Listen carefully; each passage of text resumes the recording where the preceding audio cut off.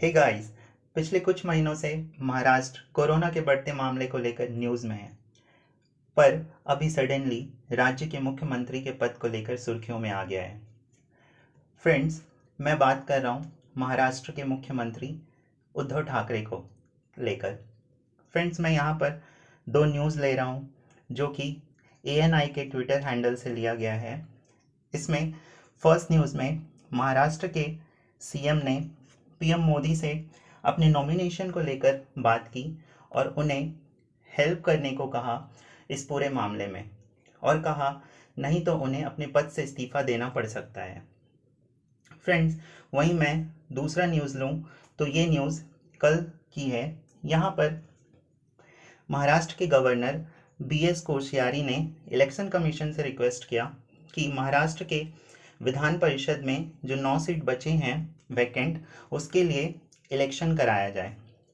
तो फ्रेंड्स, यहाँ पर चुनाव आयोग ने अभी मेरे वीडियो बनाने से जस्ट पहले अपना एक फैसला सुनाया और कहा कि 21 मई तक महाराष्ट्र विधान परिषद का चुनाव करा दिया जाएगा।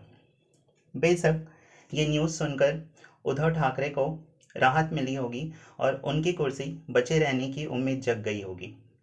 तो चलिए फ्रेंड्स, आज के इस वीडियो में हम महाराष्ट्र के इसी न्यूज़ को डिटेल डिस्कशन करेंगे अपने एग्ज़ाम पॉइंट ऑफ व्यू से, आपके अपने चैनल 0 to Hero 24/7 में। तो फ्रेंड्स, आगे बढ़ने से पहले हमारे लिए मुख्यमंत्री की नियुक्ति, निर्वाचन और विधान परिषद के बारे में जान लेना ज़रूरी है, जिससे हमें पूरी टॉपिक को समझने में हेल्प मिलेगी। तो फ्रेंड्स, अगर हम मुख्यमंत्री की पद, नियुक्ति और निर्वाचन की बात करें तो हमारे संविधान में इनकी नियुक्ति और निर्वाचन की कोई विशेष प्रक्रिया नहीं है। केवल आर्टिकल 164 में ये कहा गया है कि मुख्यमंत्री की नियुक्ति राज्यपाल करेगा। इसका तात्पर्य है कि राज्यपाल राज्य विधानसभा में बहुमत प्राप्त दल के नेता को ही मुख्यमंत्री नियुक्त करता है। लेकिन यदि किसी दल को स्पष्ट बहुमत प्राप्त ही ना हो तो इस केस में राज्यपाल अपने विवेकाधिकार को यूज करेगा और सबसे बड़े दल या दलों के समूह के नेता को मुख्यमंत्री नियुक्त करता है और फिर उसे 1 माह के भीतर सदन में विश्वास मत प्राप्त करने के लिए कहता है। तो अगर हम महाराष्ट्र को याद करें तो इन्हीं सब उठापटक के बीच उद्धव ठाकरे की महाराष्ट्र में 28 नवंबर को सरकार बनी थी और वे जिस दल के मुखिया हैं उसका नाम है महाराष्ट्र विकास अघाड़ी दल।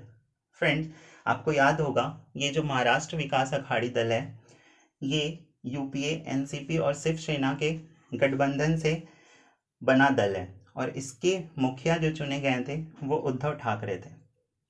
तो यहाँ तक सब ठीक है, बट अब आखिर ऐसा क्या हुआ जिससे ये न्यूज़ आने लगी कि महाराष्ट्र के मुख्यमंत्री को 27 मई तक इस्तीफा देना पड़ सकता है।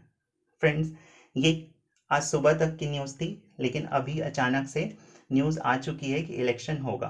बट फिर हम ये ले करके चल रहे हैं, कंडीशन ये था। तो इन सब को जानने से पहले हमें इसके पीछे के तथ्य को जानना बहुत ही ज़रूरी रहेगा।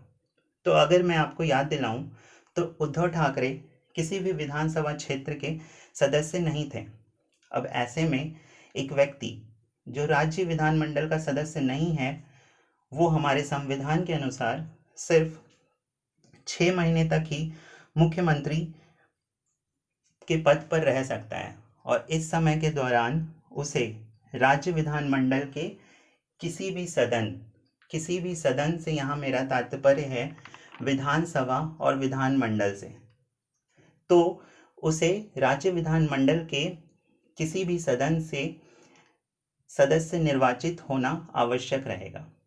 तो फ्रेंड, यहाँ पर 2 विधानमंडल आया, एक विधानसभा और विधान परिषद।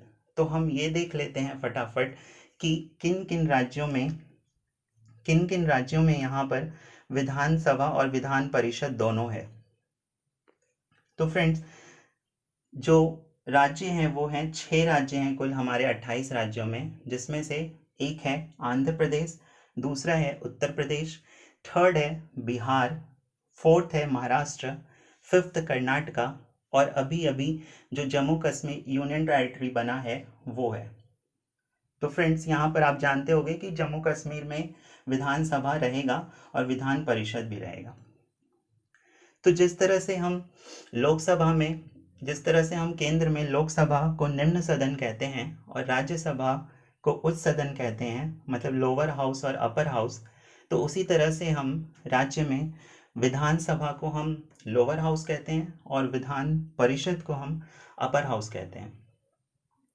तो फ्रेंड्स, यहाँ पर अपर हाउस का मतलब ये होता है कि जो कभी भी भंग नहीं हो सकता। तो इन सबको जानने के बाद हमें ये जानना ज़रूरी होगा कि जो महाराष्ट्र में विधानसभा और विधान परिषद है उनमें कितनी कितनी सीटें हैं।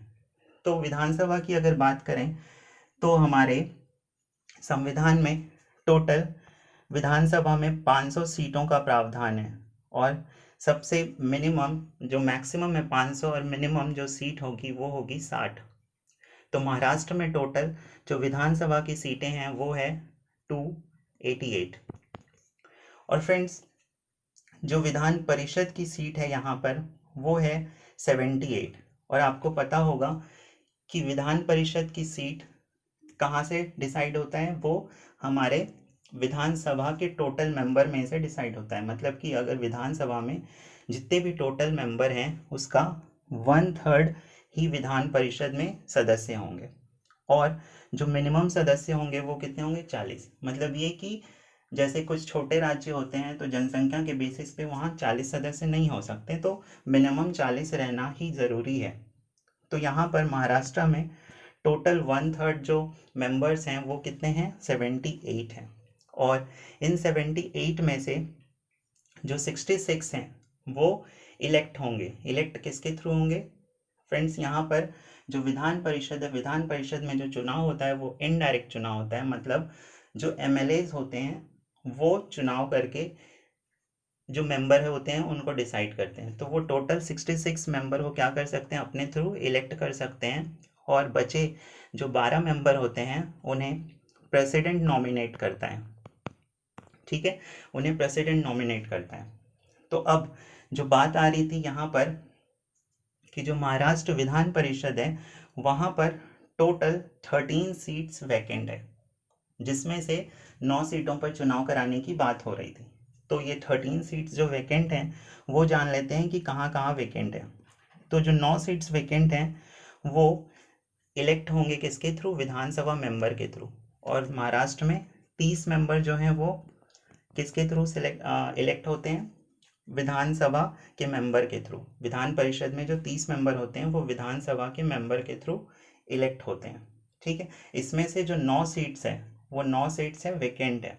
उसके बाद 9 हो गया, उसके बाद एक मेंबर जो है वो है लोकल अथॉरिटी के थ्रू, मतलब इलेक्ट होंगे। तो लोकल अथॉरिटीज़ के थ्रू इलेक्ट होंगे, जिसमें से टोटल 22 मेंबर हैं और एक मेंबर की सीट्स क्या है वहाँ पर खाली है।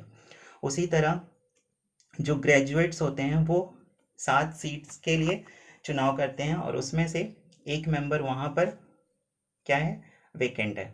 और जो गवर्नर है, गवर्नर टोटल 12 सीट्स को क्या करते हैं, 12 सीट्स के लिए मेंबर को नॉमिनेट करते हैं, जिसमें से वहाँ पर जो 2 सीट्स हैं वैकेंट है। तो फ्रेंड्स, यही 2 सीट्स के कारण जो महाराष्ट्र में ये राष्ट्रपति कोटे को लेकर के न्यूज़ आ रहा था।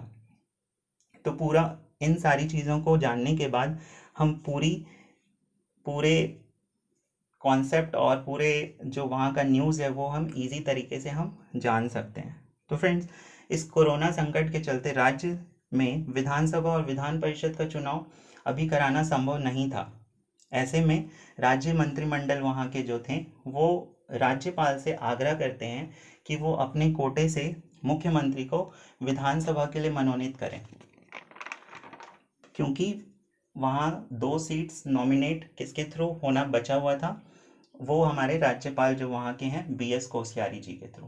पर राज्यपाल ने इस पर कोई डिसीजन नहीं लिया और जैसा कि मैंने आपको न्यूज़ दिखाया था, उन्होंने चुनाव आयोग को पत्र लिखकर विधान परिषद की रिक्त जो पड़ी 9 सीट्स हैं उस पर चुनाव कराने की गुजारिश की थी।